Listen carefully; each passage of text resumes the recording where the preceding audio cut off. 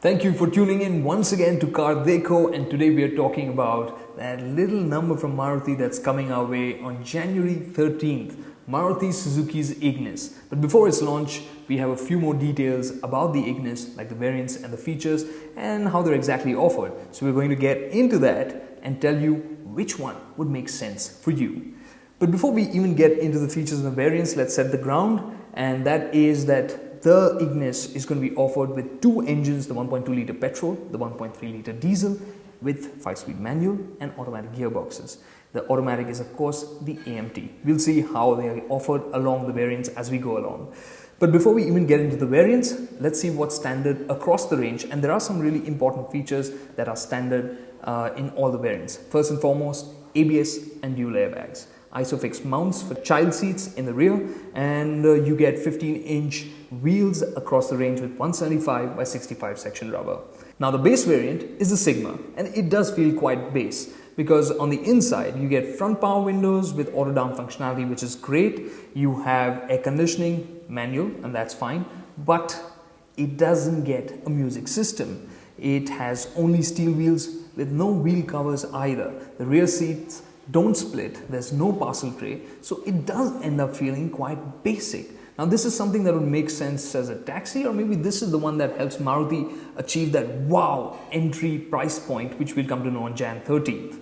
Now even if you wanted to buy this version, keep in mind that this is going to be offered only with the petrol engine. The next variant is the Delta, and this is the one that makes a lot of sense because it offers almost everything you need and a little bit more for the feel-good factor. Now on the outside you still don't get alloy wheels, but you get wheel covers for those 15-inch rims. You get turn signals on the ORVMs, and as you make your way inside you'll realize that there is a security system and keyless entry.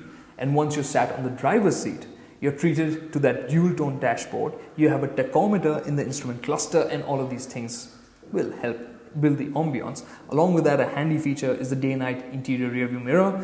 There is a music system now which has Bluetooth connectivity, USB connectivity, steering mounted audio controls, but it has only 2 speakers, no tweeters. So it's a little bit basic on that front. Now when you step into the back of this variant, you'll find that you get power windows here as well. You have adjustable headrests, you have a split bench so you can fold it to store more luggage when you need it. There is a parcel tray as well. Now, you also get electrically adjustable ORVMs, but they aren't part folding. The good thing with this variant is that it is offered with all the possibilities when it comes to the engine and gearbox combination. So you have petrol, you have diesel, you have manual, and you have automatic. So this looks like a really interesting variant to have a close look at if you're looking at the Ignis.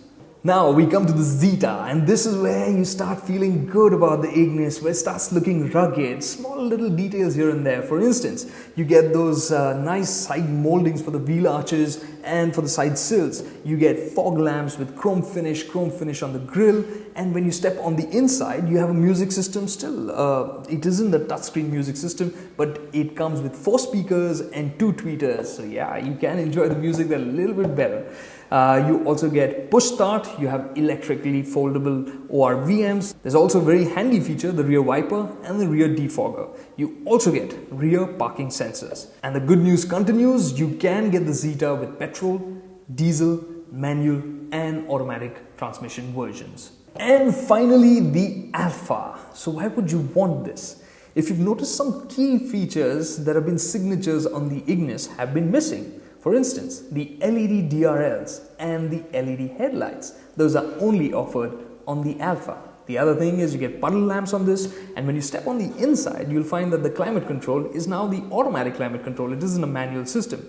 You also finally get that touchscreen system in the center and reversing camera. And a simple feature which I think should be offered across the entire range is available only on the Alpha, and that is the height adjustable driver's seat.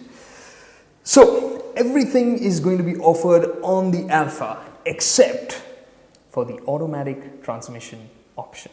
Yes, that's going to be something to think about. So you can get LED DRLs and the LED headlight, but you can't get the automatic variant with the Alpha. Now the reason why Maruti's probably done this is so that they get the price right. Otherwise, the Alpha's pricing with the AMT would have ended up becoming quite high and crossing into a territory that Maruti doesn't want to step into, at least for now. Well, we don't know where exactly the prices will be, but we expect the Ignis to be priced between 4.5 to 7 lakh rupees, and that should make it quite an exciting package. We can't wait for Jan 13 to see where this little Maruti fits into the Indian automotive scenario. And if you have any comments, questions regarding Maruti Suzuki's Ignis or anything else, please hit us below in the comments and we'd be happy to answer you.